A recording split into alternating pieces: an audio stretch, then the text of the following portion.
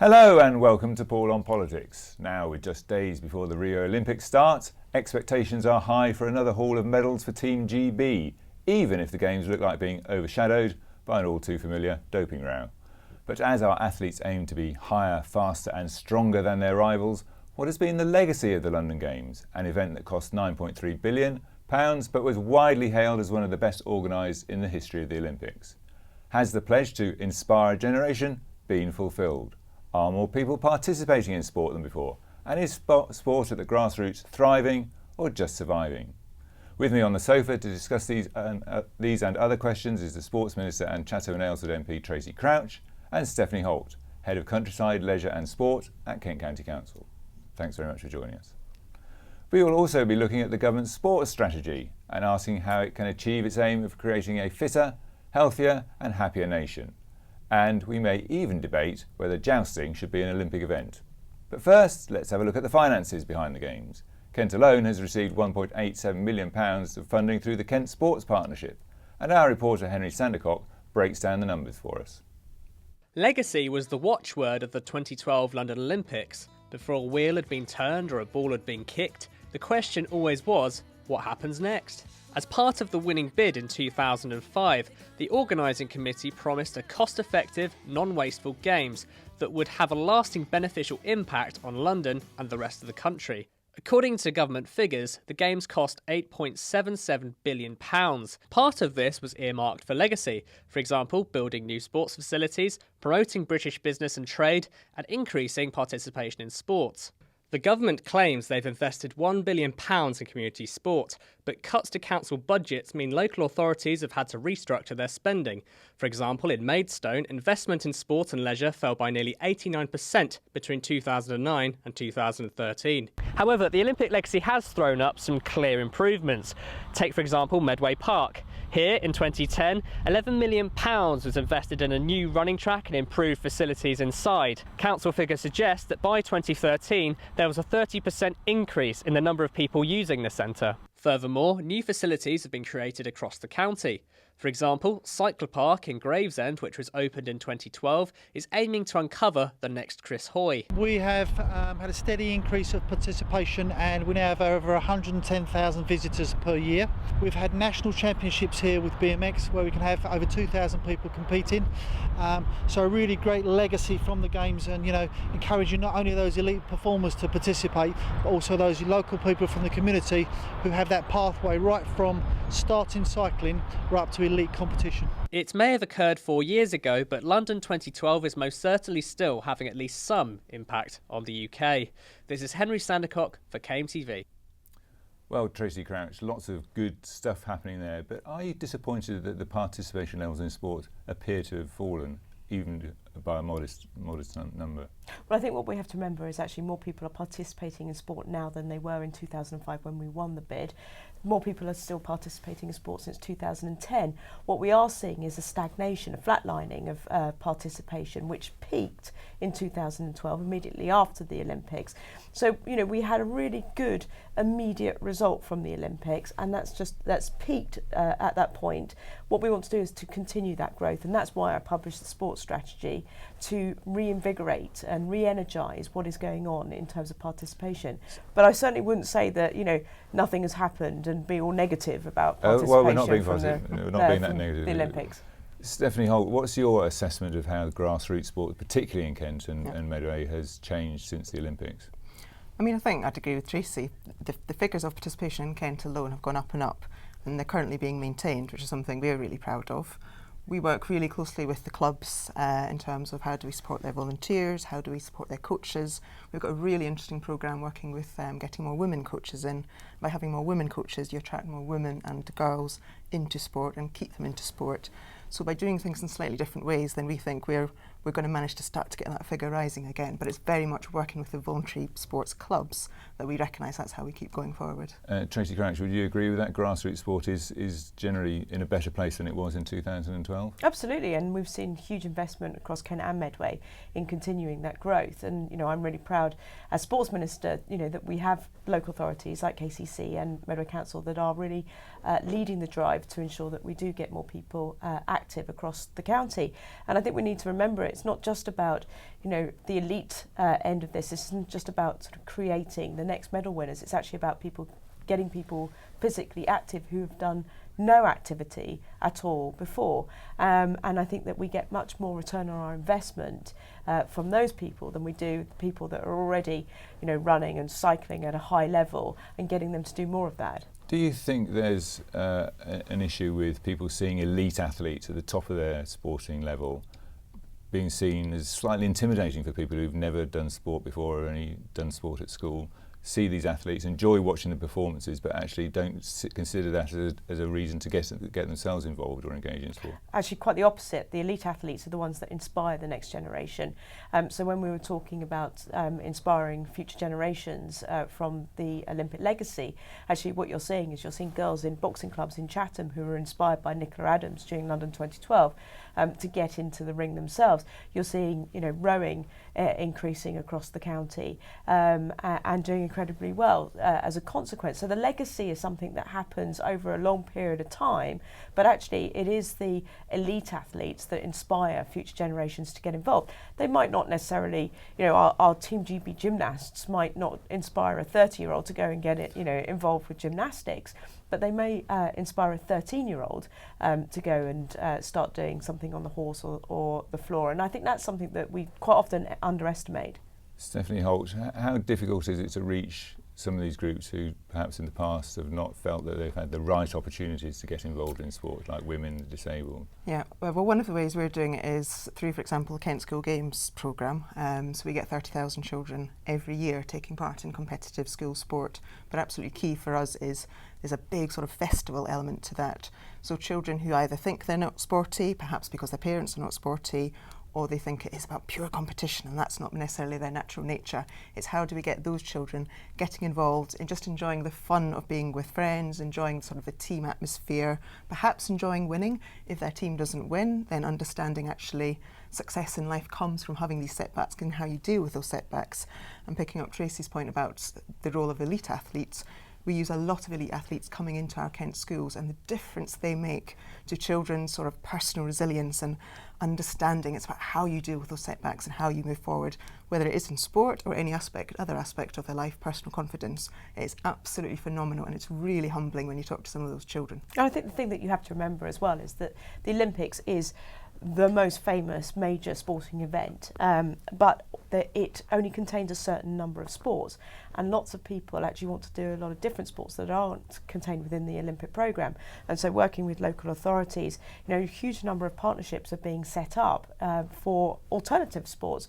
You know, so we have a growing American football programme across the area. You have you know, different sports that people like ultimate frisbee, you know, which get people engaged in sport, and they can do it as a family and they can do it with friends, and it's mixed gender and it's mixed ability, and you know, that in itself is something that is, you know, hugely exciting. And when you look at the other end of the age spectrum, you know, we've seen a big growth in walking football. Well, that's not an Olympic sport, but it's certainly something that gets people from the older age groups involved in some sort of physical activity. Okay, well, let's have a look at one example of local inspiration born out of the London 2012 Olympics. Our reporter Adam Davini dons his spikes to find out the connection between the London Games and why so many people in Medway have been running a mile. 4 years on from the London 2012 Olympics, and runners still turn up en masse to take part in the Medway Mile, an event organised by Medway Council and continues today as part of Great Britain's Olympic legacy. This year, hundreds of people have flocked to the Medway Mile in Rochester. It was set up in 2007 when England won the Olympic bid for 2012. As you can see, it's just as popular today as it was back in 2007, with Rio just around the corner. As well as running, there are other activities to encourage children and adults to get involved in Olympic-themed sport. The enthusiasm and excitement in 2012 was amazing, and for anyone involved in sport, you can really feel that. But this event in particular has captured that ever since. The public have really bought into this as a community event that they can get involved in. Again, relax, have picnics, but do the activities, do the mile, do the race. And a lot of people build up to the mile. They actually train and work because it's a level for them they feel they can achieve. So this event in particular has definitely grown in legacy. What happens is if you get the product right, people really enjoy it and the reputation grows. They know it's a safe event for children to come to. They know there's lots to do. It's all free, which is quite an amazing thing in financial times that we're in with local authorities. Medway Council completely support this. Events such as these show that the Olympic spirit is thriving. However, is this consistent with the rest of the country? Government policy, as stated by the Department of Culture, Media and Sport, states, from grassroots to elite level across schools, sports centres and community venues throughout the country, London 2012 has laid foundations that will inspire a generation and help transform people's relationship with physical activity, including sports, whatever their age, background or ability. Provided that the popularity of events such as these continue, interest in the Olympics can be generated no matter where it is held. Adam Devaney reporting for KMTV. Well, clearly there, Tracey, an example of how the Olympics has improved participation amongst people who might traditionally not have been thought about whether they could run a mile. But your new sports strategy says that the way of measuring success shouldn't be done on medals anymore or the crude participation numbers.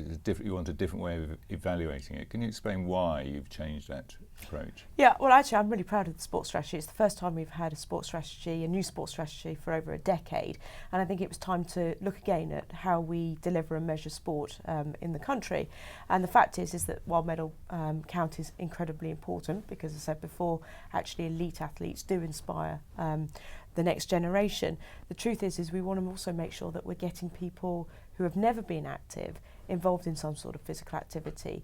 And that's why actually good local authorities will continue to invest in sport and leisure, because they know that if they do so and they get people active and they take them away from their isolation environments, that actually it will reduce budgets in other more expensive areas such as health and adult social care. Well, you say that, but your government is cutting the amount of grants that goes to councils. But it's up to local authorities to decide where they invest that money, and that's my point.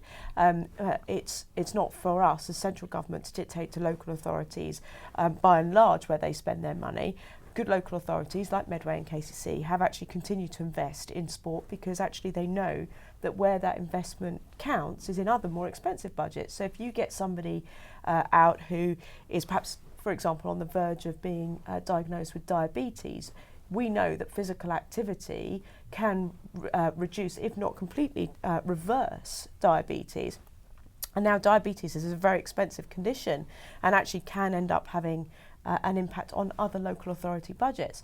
So actually what we're trying to do is encourage people to think of leisure and sport as a means of dealing with other health concerns across the area. Stephanie Holt, councils could always do with more money obviously, but these are difficult times. Yeah. How important is that link that Tracey's been talking about between sport and public health, because councils now have that role, don't they? Yes. Is it integrated well enough?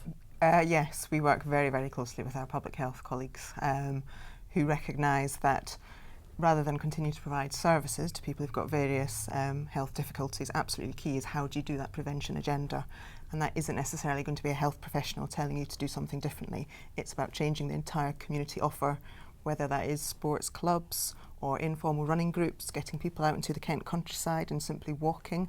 That might be led initially by a volunteer, but then we train up some of the participants to become those volunteers. Yeah, the role of sport and leisure in terms of being that preventative kind of hook is absolutely critical. So we work closely with public health and with social care. So we're doing a lot of dementia training for sports clubs right across Kent to again make sure that the health workforce almost becomes everywhere you go in terms of reaching different community groups and community offer. And I've seen some fantastic schemes across the country, for example, with dementia, where, for example, they do dementia swimming classes. Unfortunately with dementia, a lot of your faculties do go, but the one thing, a bit like riding a bike, that you don't seem to be able to forget is how to swim.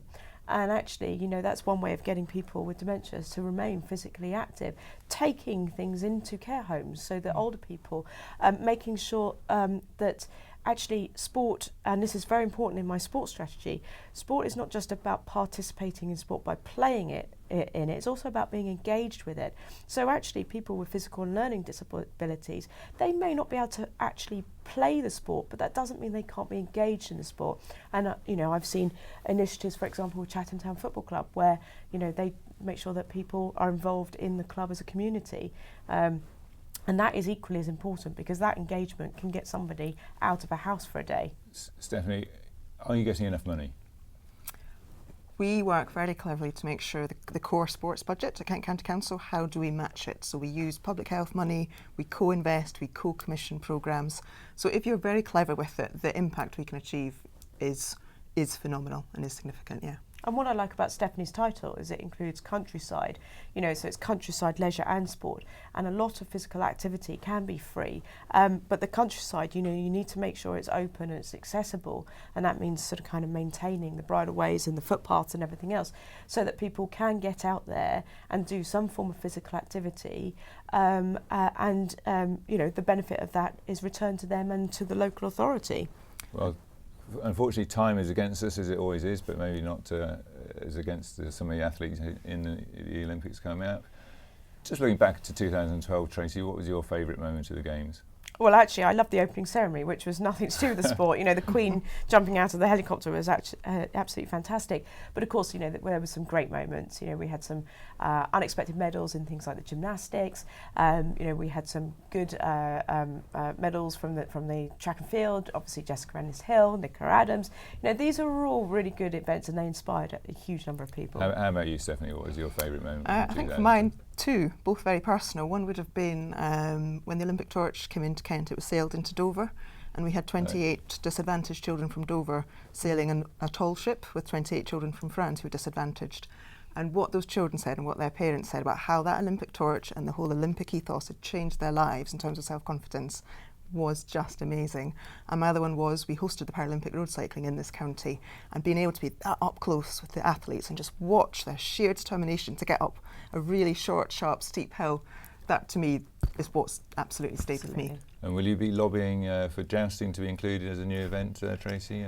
Well, I get lobbied for lots of things to be included in the Olympics, and I'm pleased to say that none of it is down to, those decisions are way above my pay grade.